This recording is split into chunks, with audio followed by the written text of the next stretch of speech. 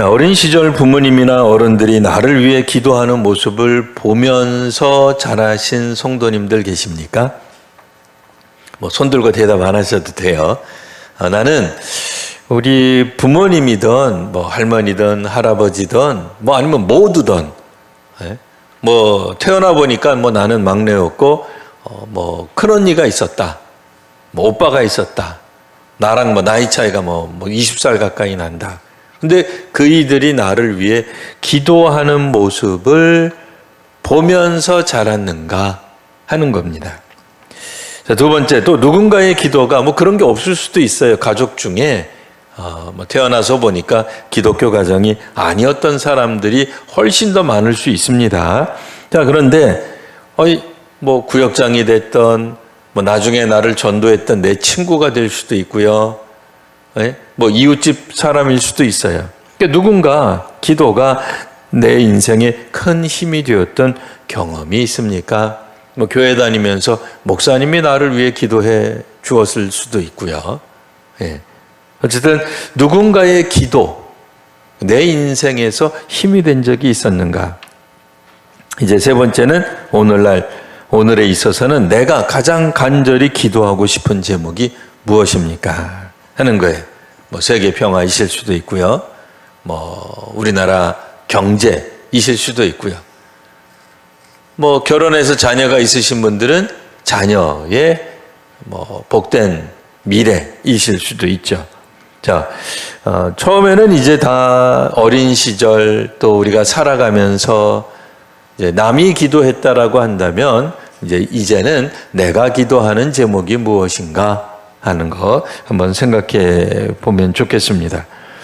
1장 9절, 사무엘상 1장 9절에서 18절 다시 읽지는 않겠습니다만 우리 성경 구절 이렇게 보시면서 밑줄 칠 부분이 있습니다. 10절에 한번 밑줄을 한번 쳐보세요. 그 펜이 있으시면 마음이 괴로워서 하는 게 있죠.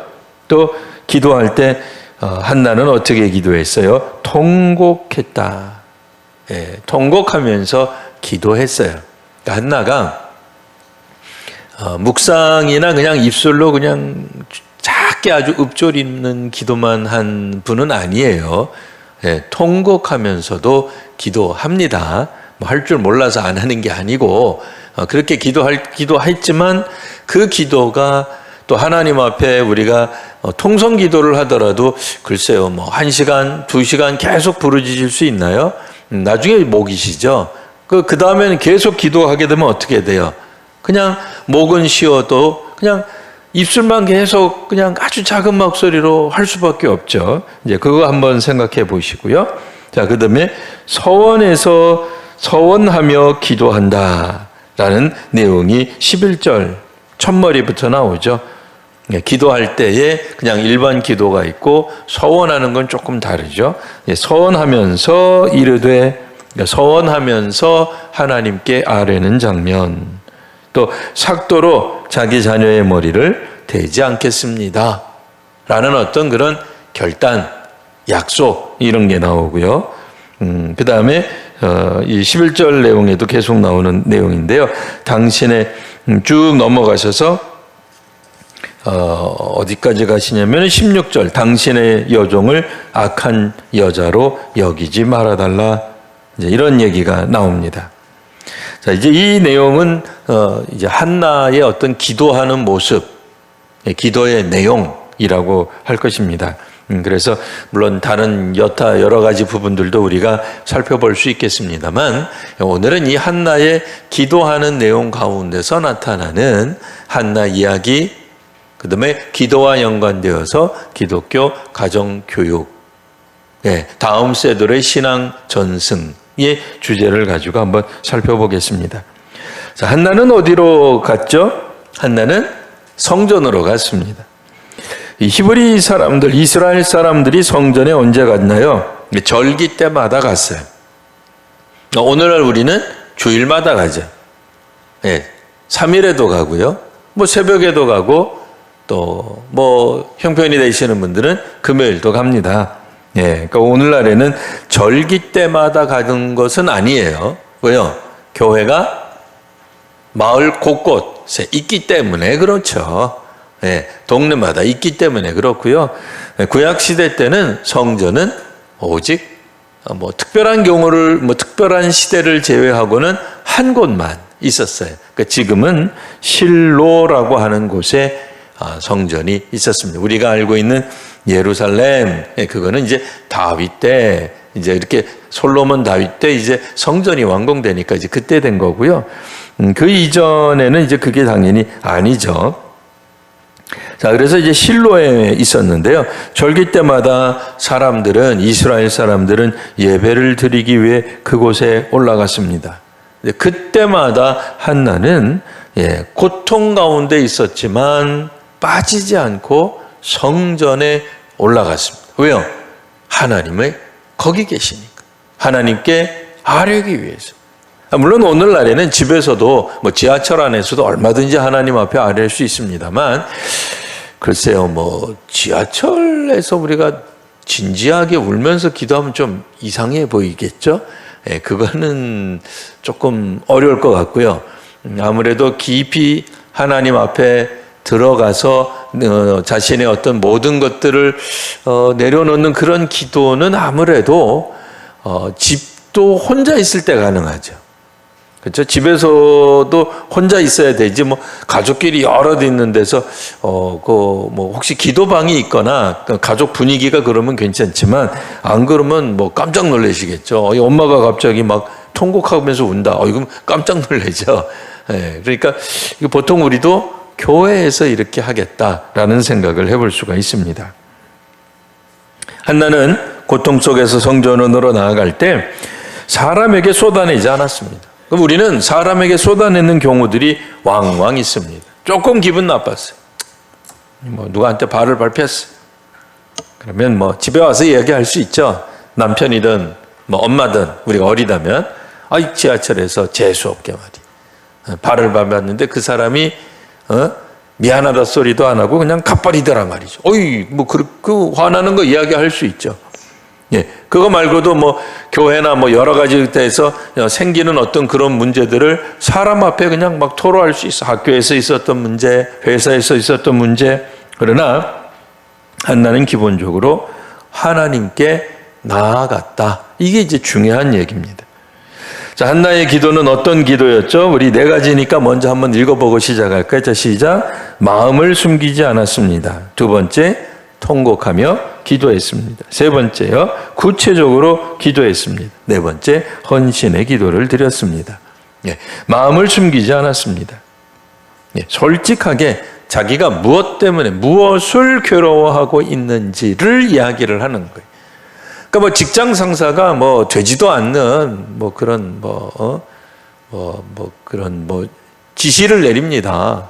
그러면 하나님 앞에 나아갈 수 있는 거죠. 그러니까 그걸 가지고 이야기를 해야죠. 누구는 보너스를 몇백만 원 받는데 나는 못 받았단 말이에요. 그럴 수 있죠.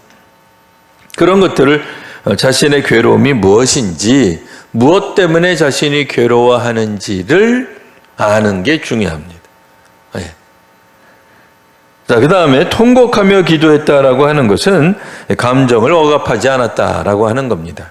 우리도 사람들 있고 사회생활 하는 가운데서는 소위 말하는 사회적 가면이라고 하는 걸 쓸 수밖에 없어요.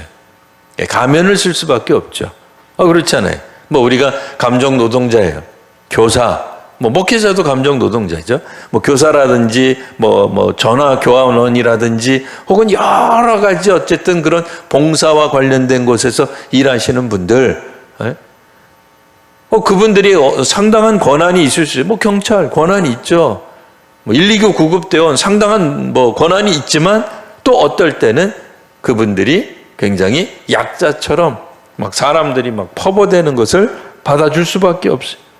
근데 사회적 가면이 있기 때문에 우리는 어느 정도 웃으면서 말한단 말이에요. 그러나 되돌아서서 그분들이 다 가고 나고 민원 하는 걸 다 지나가고 난 다음에 어떻게 해야 되겠어요?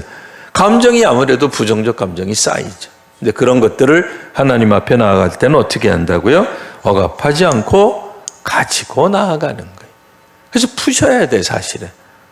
이걸 안 풀기 때문에 뭐가 돼요? 하나님 앞에 풀지 못했기 때문에 하나님께 내려놓지 못하면 어떤 문제가 생기겠어요? 예, 뭐 당연히 복수하려 그러죠. 안 갚음하려 그러죠. 어디 한번 두고 보자. 이렇게 이제 되는 거죠. 뭐 여하튼 통곡하며 기도하는 거는 그가 가지고 있는 감정을 속이지도 않고 억압하지도 않고 그대로 가지고 나아가 하나님 앞에 기도하는 겁니다. 사회생활할 때는 숨겨야 되는 거예요. 맞아요. 사회생활할 때 누가 그렇게 드러내놓습니까? 그거는 좋지 않아요. 그러나 하나님 앞에 나가서 하실 때는 내려놓으셔야 된다는 거예요. 구체적으로 기도했습니다. 어떻게 하겠어요? 막연하게 기도하지 않았다는 거죠. 하나님, 물론 급하면 이렇게 할 수도 있어요. 너무 답답하면 그럴 수 있어요. 하나님 아시죠? 할 수도 있어요. 그걸 뭐 하나님이 모르신다는 게 아니에요. 근데 지금 내가 원하는 바가 뭐냐? 한나 같은 경우에는 또 다른 부인과의 어떤 갈등 속에서 뭐가 문제였어요? 자녀가 없는 것. 그게 가장 큰 핵심 문제처럼 1장 앞에서 다뤘잖아요. 그러니까 자녀만 있다면 늦게라도 좋다 이거예요. 큰아들 원하는 것도 아니에요. 늦게라도 좋으니 나에게도 좀 아들을 하나님 주십시오. 그래야 내가 이 둘째 부인에게서 받는 이 수모를 내가 왜 이걸 받으면서 살아야 되냐 말이에요. 그래서 자녀를 달라고 기도했는데 놀라운 것 네 번째죠. 헌신의 기도를 드렸는데 그게 뭐예요? 주시면은 내가 끼고 내 옆에 끼고 살겠습니다가 아니라 하나님께 드리겠습니다. 고 하는 거예요. 그러니까 자신의 원통함의 문제가 뭔지도 알아요. 자기가 무엇 때문에 이렇게 비아냥거리고 비웃음의 대상이 됐는지도 알아요. 하지만 이제 그 문제가 해결이 된다고 해서 내가 둘째 부인에게 복수하고가 아니고 그 아이를 하나님께 드리겠습니다. 그리고 자신에게 남는 것 없는 거예요. 이게 이제 한나가 가지고 있는 독특한 기도의 방향이라 그럴까요? 네. 자, 그러면 이제 어떤 기도를 드렸느냐? 세 번째 보시면 삭도를 그의 머리에 대지 않겠습니다. 이 이야기는 나실인이라고 하는 것은 요 다음번 4번에서 이제 한번 다뤄보도록 하겠습니다. 자, 나실인이란 뭐예요? 뭐라고 써 있죠? 구별된 사람. 또 하나 더 있죠? 하나님께 바쳐진 사람. 그러니까 구별됐다라고 하는 건 하나님께 바쳐졌다는 거예요. 오늘날 우리들이 거룩이라고 하는 얘기를 해요. 그 하나님께 바쳐진 거예요. 그래서 거룩할 성자를 쓰는 것, 성물, 하나님께 바쳐진 거예요. 제가 그랬잖아요. 교회 안에서 물건 버리는 것도 사실은 심각한 거다 그랬어요. 왜 심각하게 다루셔야 돼요? 왜? 하나님께 바쳐진 것을 버리는 거기 때문에 뭐 망했다, 상했다, 고장났다, 뭐 오래됐다. 그러니까 내 마음대로 하시면 안 되죠. 예. 다 상의하고 뭐 교단마다 다를 거예요. 뭐 목회자 권한이 센 곳에서는 그냥 목회자가 알아서 하시면 되고요. 뭐 우리 교회 같으면은 뭐 위원회나 혹은 당회 같은 어떤 위원회 조직이 있으니까 그 정당한 절차 거쳐서 버리시면 되는 거죠. 근데 중요한 건 뭐겠어요? 그게 왜 그래요? 구별되었기 때문에 그래요. 구별되었다 이거예요. 사람도 마찬가지, 성도도 마찬가지예요. 사실은 하나님께 바쳐진 거예요. 그 임직하는 이유가 뭐예요? 하나님께 뭐 그 이전에도 바쳐졌죠. 세례 받으면서. 하지만 특별히 더 한 번 하나님께 바쳐지는 행위라고 하는 거죠. 예, 교회 안에서 상당한 지위와 신분을 보장받는 것이 아니고, 예. 자, 그 다음에 나실인, 하나님께 바쳐진 건데요. 그래서 당연히 나실인은 하나님께 헌신된 삶을 살도록 구별되었습니다. 뭐 이거는 오늘날 모든 성도들이 마찬가지죠. 세례교인들도 마찬가지죠. 초대교회에 있어서는 이 세례를 받는다는 게 엄청나게 중요했거든요. 아무에게나 세례 주지 않았어요. 세례 받는 것은 곧 교회의 기둥이 되는 거예요. 믿을 만한 사람이 되는 거죠. 신뢰할 만한 사람이 된다는 뜻이죠. 예수 그리스도 안에서 소위 말하는 비밀을 공유할 수 있는 사이가 되는 거죠. 그러니까 뭐 초대교회 때 어쨌든지 우리가 정확하게 알기는 어려우나 오늘 우리식으로 말하면 세례를 받아야 예수님의 성찬에 참여할 수 있는 거죠. 그러니까 아무나 못하는 거예요. 그냥 받는 게 아니죠, 세례도. 자, 나시린의 대표적인 특징 3가지가 있습니다. 이것도 한번 읽어볼까요? 3가지. 자, 시작. 포도주를 멀리함, 시체를 가까이 하지 않음, 머리에 삭도를 대지 않음. 이렇게 되어 있습니다. 포도주를 멀리한다는 것은 세상의 쾌락보다 하나님을 우선한다 라고 하는 거예요. 시체를 가까이 하지 않는다는 것은 거룩함을 지키는 삶을 상징하는 거죠. 머리에 삭도를 대지 않는 것은 자신이 하나님께 속한 존재임을 드러내는 일종의 표시 같은 거죠. 물론 뭐 오늘날 우리들은 단정하게 머리를 잘라야 되겠죠. 우리가 원치 않지만 어쨌든 이런 죽은 사체 혹은 시신을 만질 수밖에 없는 그런 직업군에 있는 사람들도 있을 거고요. 그러나 이런 것들이 우리와는 이제 시대적으로 문화가 완전히 다른 거니까요. 그러나 고대 이스라엘 사람들에게 있어서 나시린은 이런 특징이 있었습니다. 오늘날 우리들은 항존직은 어떤 특징이 있어야 될까요? 한번 생각해 볼 만한 대목인 거죠. 교회 항존직, 대표적으로 목사, 그다음에 장로, 그다음에 안수집사, 권사 이렇게 있습니다. 자, 그러니까 이분들이 특별히 더 그러니까 이스라엘 중에서도 하나님께 더욱더 헌신한다. 그러니까 헌신된 삶을 사는 것. 그러니까 소위 말하는 초신자와는 다른 거죠. 그리고 오래되었어도 직분이 없는 사람하고 다른 거죠.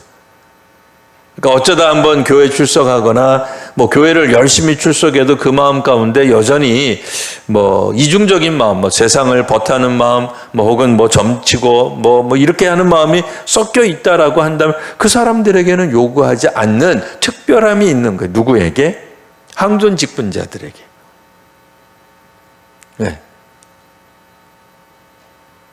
그러니까 이 항존 직분자들은 사실은 기본적으로 똑같아요. 그러니까 목사는 하면 안 되고 장로는 해도 된다. 그런 건 없어요. 목사가 하지 말아야 된다고 생각하면 권사님도 하지 말아야 되는 거예요. 그러니까 권사님이 하지 말아야 되는 건 안수집사도 하지 말아야 되는 거예요. 똑같은 거죠. 그러니까 권사님이 헌신하면 장로님도 헌신해야 되는 거죠. 누구는 부리고 누구는 헌신, 그런 건 아니죠. 물론 이제 사람에 따라서 재능, 또 체력, 나이, 그런 것들에 따라 각기 다른 어떤 사역 형태를 띌 수는 있을 거예요. 봉사 형태도. 그러나 중요한 건 뭐겠어요? 세상의 쾌락보다는 하나님을 우선해야 되는 것. 이건 오늘날도 마찬가지죠. 또 거룩함을 지키는 삶, 오늘날 우리도 마찬가지죠. 또 자신을 하나님께 속한 존재임을 드러내는 뭐가 좀 있어야 되지 않겠느냐? 이거는 오늘날 우리 모두가 다 마찬가지다라고 생각할 수 있습니다. 성경에 나타나 있는 대표적인 나실인, 우리 잘 아는 대로 삼손, 또 이제 앞으로 이제 나오게 될 이제 내용상 나오게 될 사무엘, 그다음에 세례 요한이 아주 대표적인 나실인이라고 할 것입니다. 우리가 잘 알고 있는 이제 그런 세 분이겠고요. 자, 한나의 놀라운 믿음 한번 생각해 볼까요? 아이를 주세요, 단순히 아이를 주세요 하지 않았다는 겁니다. 단순히 아이를 주세요가 아니라 하나님의 사람으로 사용해 주세요라고 한 점이 놀라운 믿음인 겁니다. 같이 썼다고 해서 똑같은 게 아니고요. 연하게 같이 쓰긴 했는데요. 이게 이제 길게 쓰면은 한 칸이 넘어가서 제가 그냥 그렇게 적은 겁니다.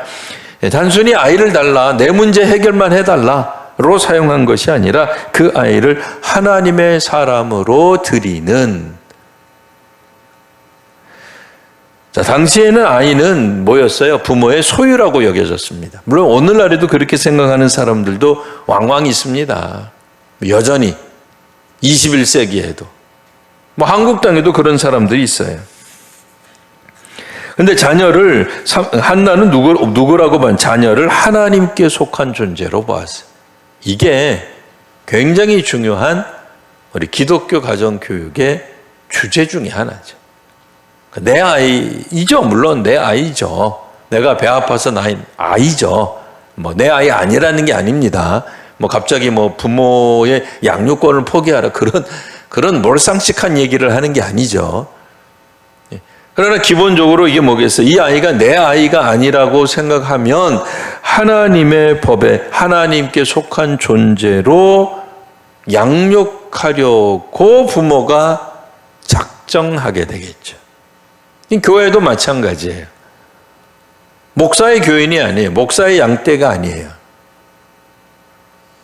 그러니까 목회자도 교회학교 교사도 뭐 구역장도 뭐 여전도 회장도 각 여전도 회장도 중요하지 않을 수밖에 없어요. 그러니까 중요할 수밖에 없어요. 이 팀원들이 이 구역원들이 나의 구역원이기 이전에 하나님께 속한 존재로 보아야 되는 거예요. 그러니까 우리가 내리는 어떤 결정들이 하나님을 믿는데 유익하도록 해야 되는 거죠. 이게 힘들죠. 그러니까 아이가 원하는 니즈, 욕구와 아이가 원하는 게 있어요. 그렇죠? 나 아이스크림 먹고 싶어요. 나 놀러 가고 싶어요. 공부하고 싶지 않아요. 그대로 둬야 되느냐 이거예요. 방임하자는 그 방임하면 안 돼요. 그러니까 아이가 아무리 민원을 넣어도 부모는 그 민원을 그대로 그 아이의 요구를 100% 수용해주면 이건 뭐 망칠 수가 있죠. 그렇게 하면 안 되죠. 왜냐하면 아이는 내 아이가 아니라 그렇다고 해서 뭐 엇박지르고 뭐 너는 내가 시키는 대로 해. 내가 결정했어. 너의 뜻은 뭐 필요 없어. 이것도 곤란하죠. 소유가 아닌 거예요. 그러니까 당연히 목회자는 성도를 자신의 소유로 여기지 않죠. 그거 큰일 나죠. 그렇게 생각하면. 자, 한나의 기도를 한번 우리 생각해 보겠습니다. 한나의 기도, 기도는 마음의 억압을 푸는 통로가 되어야 합니다. 근데 현대인들은 어떻게 해요? 아까 뭐라 그랬죠? 사회적 가면을 쓴다. 그럼 뭐 사회생활하면서 어쩔 수 없다 그랬어요. 근데 이제 문제는 이 감정을 어디에서든 숨기는 거예요. 그럼 이제 문제가 되는 거죠. 왜 그러겠어요? 이 억눌린 감정은 언젠가 터져나오기 마련이고 마음을 병들게 합니다. 그 억눌린 감정은 무엇이든 심지어는 기쁨이도 마찬가지. 기쁨이든 슬픔이든. 그렇잖아요. 나는 뭐 지금 학교에서 성적 잘 받았어요. 뭐 전국에서 뭐 100등 안에 들었어요. 부모님한테 와가지고 막 자랑하고 싶은데 부모님이 안 들어. 니까짓 게 뭘 했다고. 얘는 말하고 싶은데 그냥 이번에 했더니 그냥 조용히 해. 그 기쁨의 감정조차도 계속 억누르게 되면 마음에 상처가 되죠. 꼭 슬픔의 감정, 뭐 부정적인 감정뿐 아니에요. 억눌러 버리면 그게 마음을 병들게 해요. 그래서 어떻게 해야 돼요? 사실은 하나님 앞에 내려놔야 돼. 이야기해야 돼. 근데 사람들은 괜찮은 척, 강한 척, 아무 일이 없는 척 합니다. 근데 그러다가 폭발하게 되면 자기가 무슨 말, 자기가 무슨 행동 하는지도 모르고 부정적인 감정들을 마구마구 쏟아내는 거예요. 이건 뭐 심지어 그리스도인들도 마찬가지예요. 회의하다가 쏟아내는 사람, 기도하다가 쏟아내는 사람, 봉사하다가 그냥 쏟아내는 사람, 뭐 목회자 같은 경우에는 설교하다가 쏟아내는 사람, 뭐 5만 가지 사람들이 다 나타날 수 있어요. 거룩으로 포장하고 있지만 사실 교회 안에서 이런 어떤 부정적인 감정들이 그대로 막 공중을 그냥 막 왔다 갔다 한단 말이에요. 이 신앙은 감정을 부정해서는 안 됩니다. 그러니까 억누르실 것까지는 없어요. 근데 그렇다고 해서 갑자기 목사님 그 얘기 했으니까 저는 목사님한테 터뜨릴 겁니다. 장로님한테 그러라는 얘기가 아니에요. 하나님께 가져가라는 얘기예요. 하나님께 가져가세요. 하나님께 가져가는 사람일수록 어떻게 되겠어요? 병든 마음이 아니라 치유되는 마음을 갖게 되겠죠. 네. 그러니까 그 사람이 정말 하나님 앞에 가져가는지 아닌지는 드러나기 마련이. 자, 한나는 하나님 앞에서 울었어요. 이게 필요해요. 뭐 사람 붙잡고 우는 게 아니라 너 때문이야. 이게 아니라 하나님 앞에서 우는 거예요.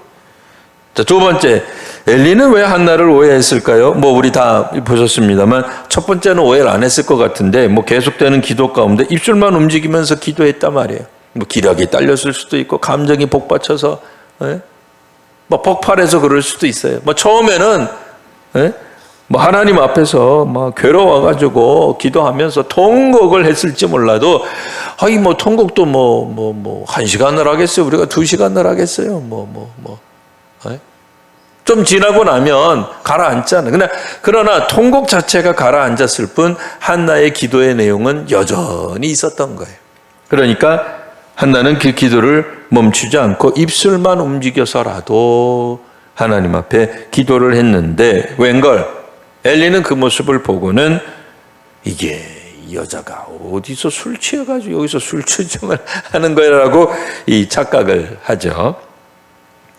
사실 이 눈물을 흘리는 사람, 우울한 사람, 또 지친 사람, 말이 없는 사람들의 특징이 뭐예요? 쉽게 판단을 당할 수 있어요.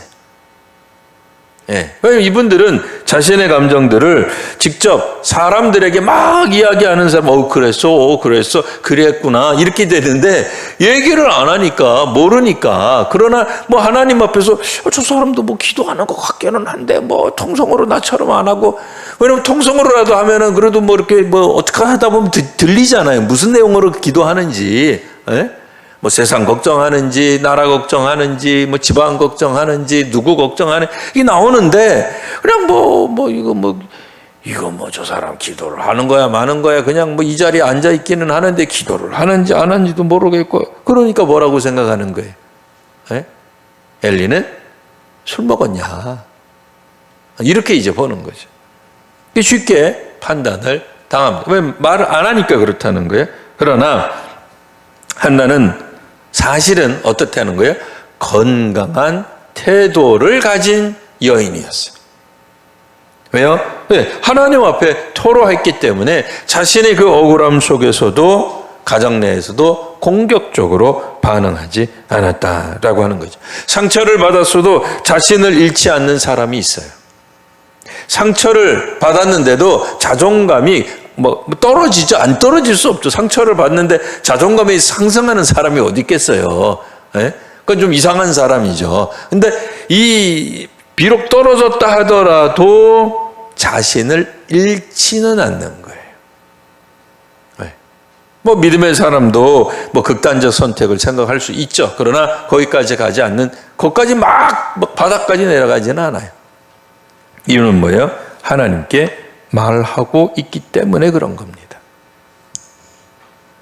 자, 기독교 가정교육 그 다음 장 보시면, 자, 부모는 한번 읽어보겠습니다. 요 굵은 글자만. 3개 시작.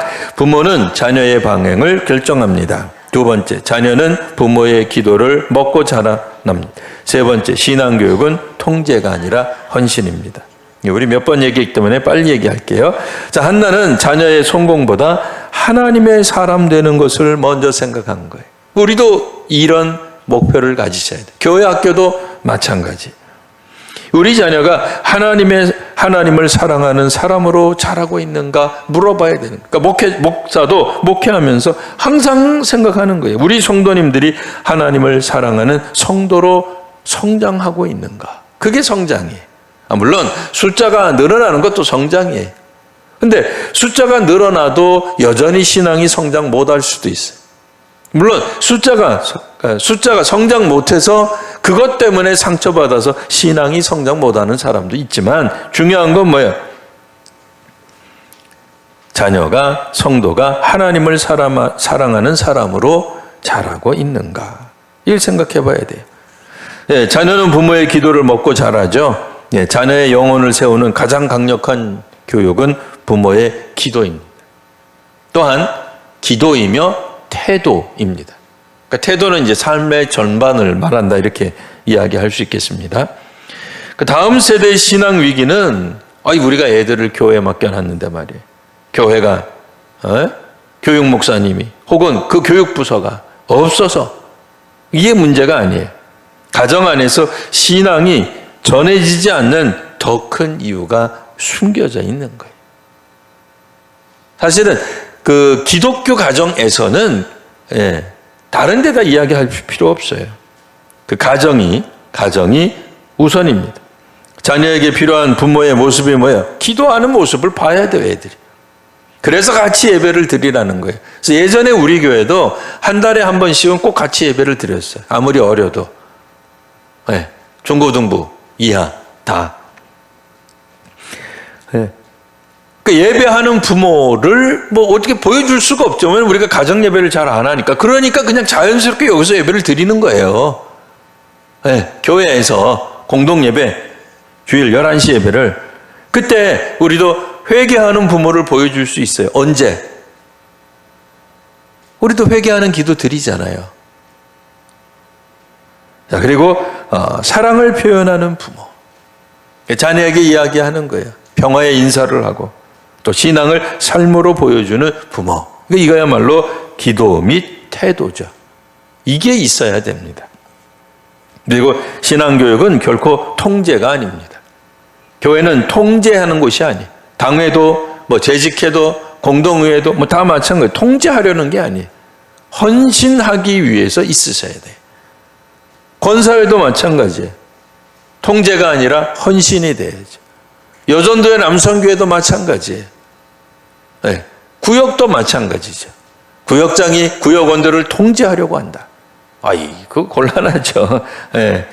헌신하도록 하는 것. 그래서 자녀를 부모의 뜻대로 만드는 데 목표로 하는 게 아니라 하나님 뜻 안에서 살아가도록 하는, 돕는 데 목표가 있어야 되죠.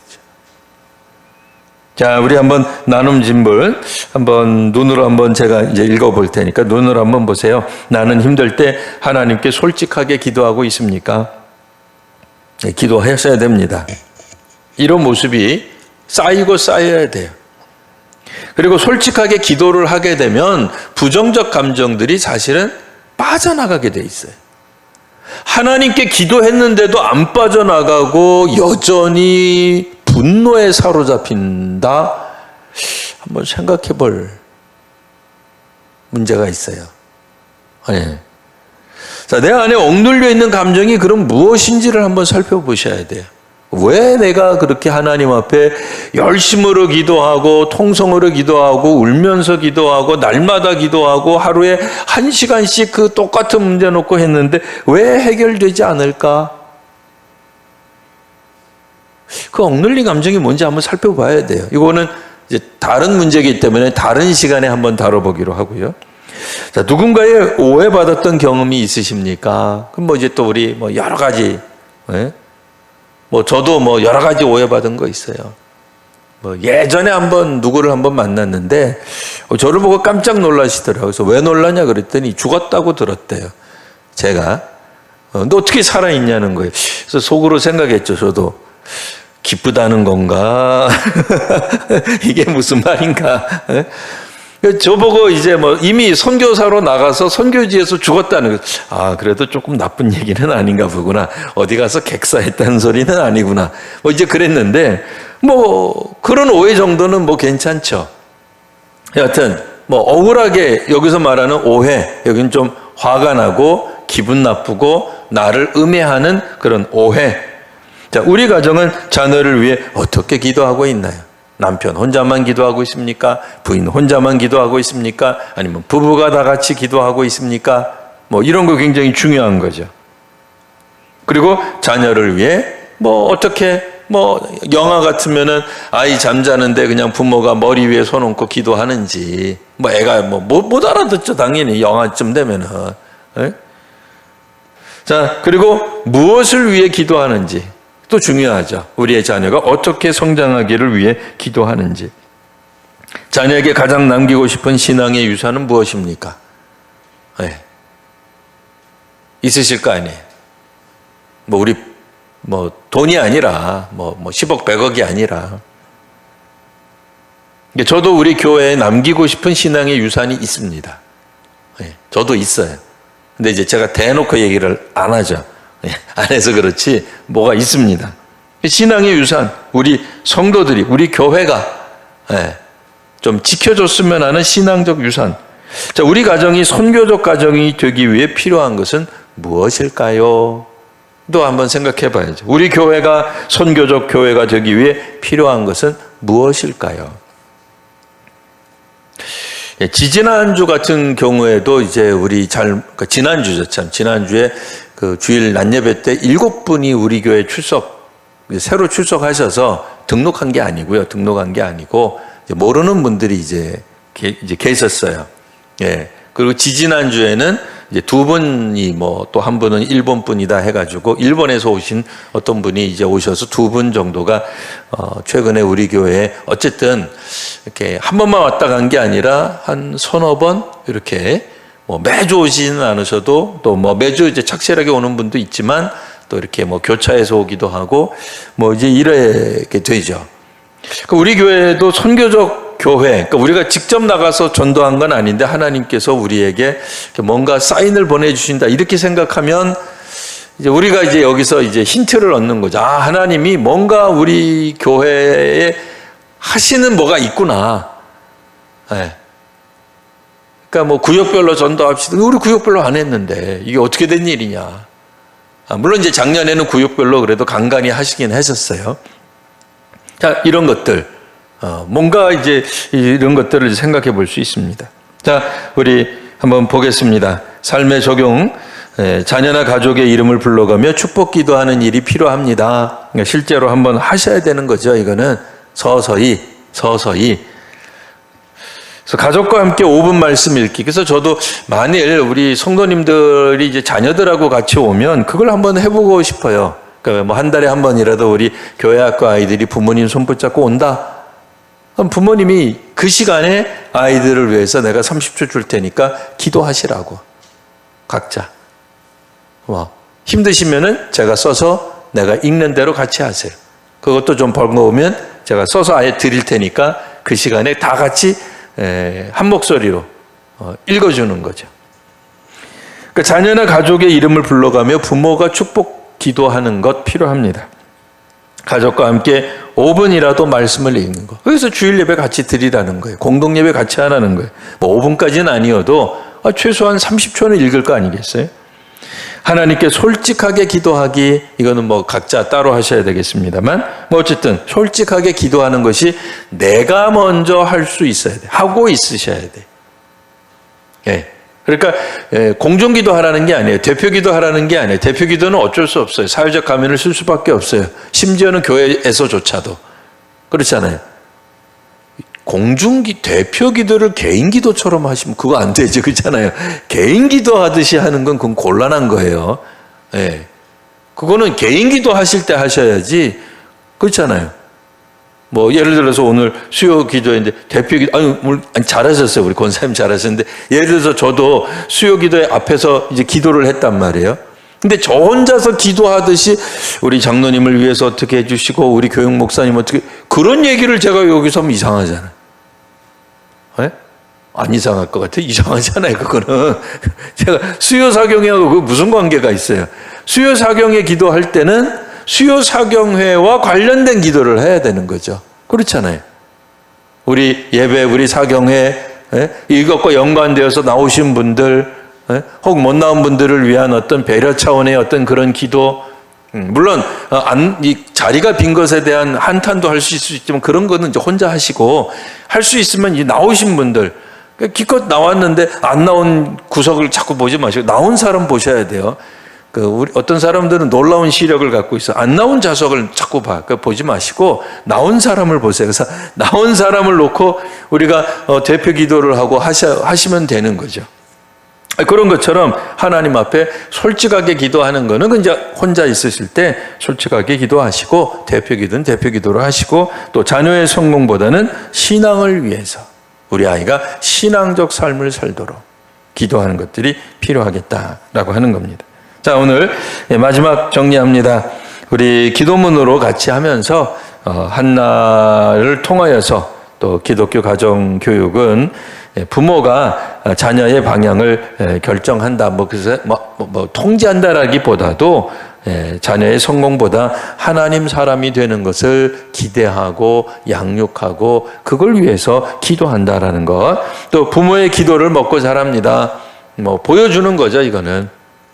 교회에서는 당연히 직접 보여주기는 어려울 수 있어도 구역장은 구역원을 위하여, 권사회장은 권사님들을 위하여, 여전도 회장, 각 남성교 회장은 그 회원들을 위하여 각기 따로 기도하는 이 기도가 정말 필요해요.